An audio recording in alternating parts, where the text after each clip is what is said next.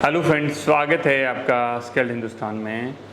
जब हम electrical system के बारे में बात करते हैं तो दो चीज़ों का नाम ना सबसे ज़्यादा लिया जाता है।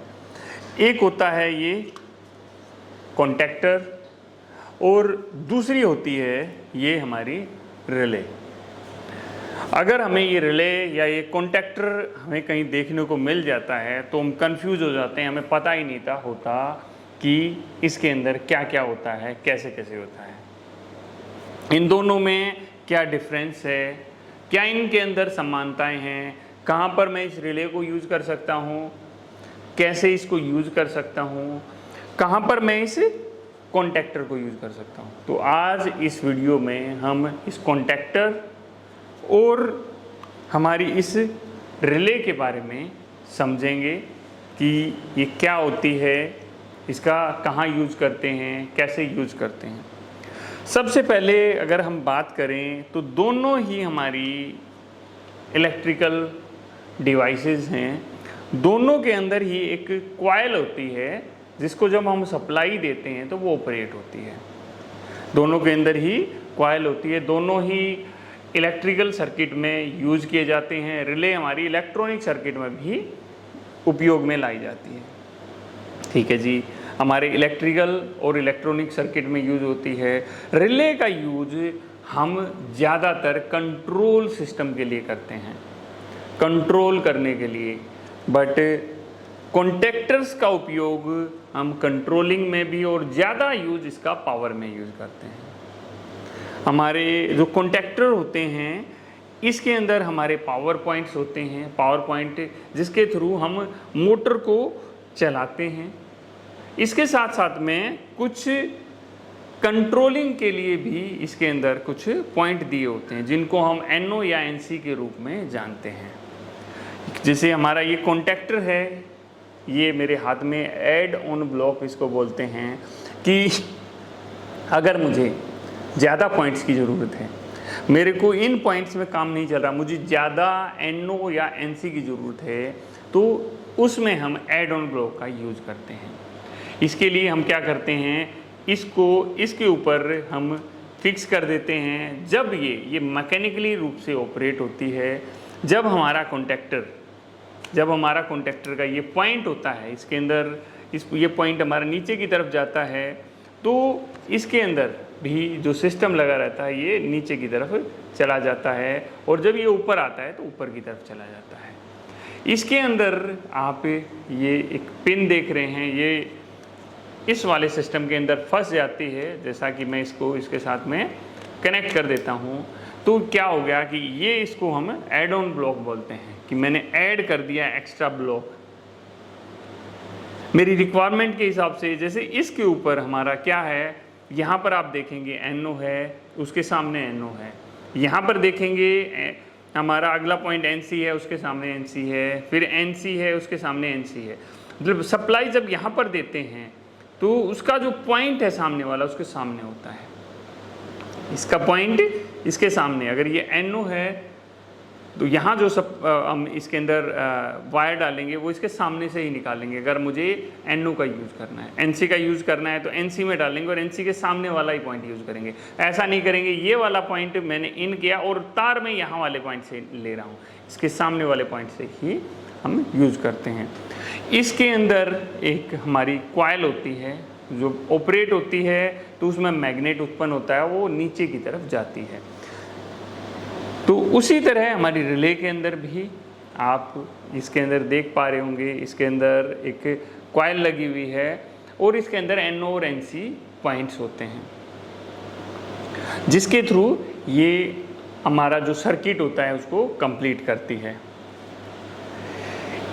अभी बात करते हैं कि इसका जो एम्पीयर रेटिंग है, ये हमारी ज़्यादा से ज़्यादा 10-15 एम्पीयर तक यूज होती हैं। 10 या 15 एम्पीयर तक हमारी रिले आती हैं, उससे ऊपर रिले नहीं यूज होती हैं। बट जो कॉन्टैक्टर्स हैं ये हमारे 9 एम्पीयर से लेके 1000 एम्पीयर तक यूज़ किए जाते हैं। कॉन्टैक्टर का उपयोग 9 एम्पीयर से लेके 1000 एम्पीयर तक यूज़ होता है। इसका हम खाली कंट्रोलिंग वाले कॉन्टैक्टर भी आते हैं जिनको खाली कंट्रोलिंग में यूज़ कर सकते हैं। कुछ पावर वाले कॉन्टैक्टर भी आते हैं जिसको पावर में यूज कर सकते हैं। अगर मैं कॉन्टैक्टर और रिले के बारे में बात करूं तो कॉन्टैक्टर में मैंने बताया कि यहाँ पर हम कोई कनेक्शन देते हैं तो उसका आउटपुट यहाँ मिलता है, बट इसके अंदर ऐसा नहीं होता। इसके अंदर थोड़ा सा डिफरेंट होता है। जैसे कि ये आप प्लायर देख रहे हैं, इसमें आप देखेंगे एक इधर चौंच है, अगर ये बंद है, 2 इसमें आउटपुट निकले हुए हैं। तो एक जो पॉइंट होता है इसको हम क्या बोलते हैं, कॉमन पॉइंट बोलते हैं, और एक पॉइंट क्या होता है, कॉमन से अटैच होता है, तो उसको हम बोलेंगे एक NC पॉइंट है, एक NO पॉइंट है। बट कॉन्टैक्टर के अंदर यहाँ से पावर जाती है और एक सिंपल ही आउटपुट निकलता है। इसमें कोई कॉमन का फंडा नहीं होता है।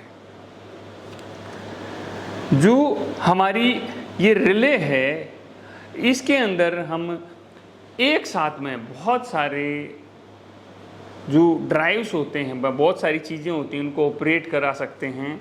बस कॉन्टैक्टर से उतने ज़्यादा चीज़ों को ऑपरेट नहीं करा सकते हैं। इसमें जैसे हमारा अगर कॉन्टैक्टर है भाई ख़राब हो जाए तो हमें क्या करना पड़ेगा, सारी तारों को निकालना पड़ेगा, सब कुछ डिस्कनेक्ट करना पड़ेगा।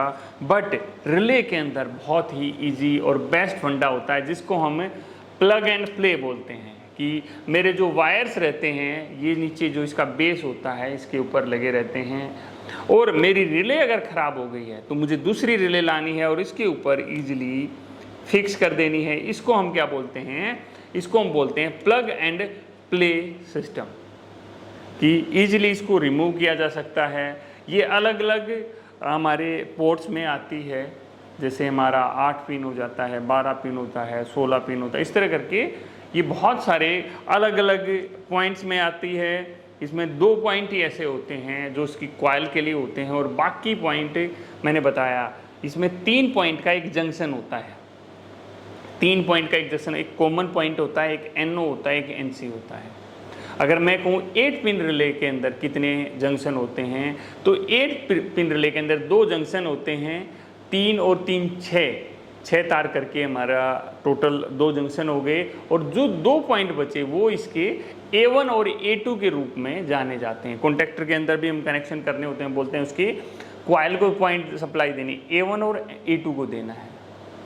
तो आज की इस वीडियो में मैं आपको प्रैक्टिकली चीज़ें समझाने की कोशिश कर रहा था।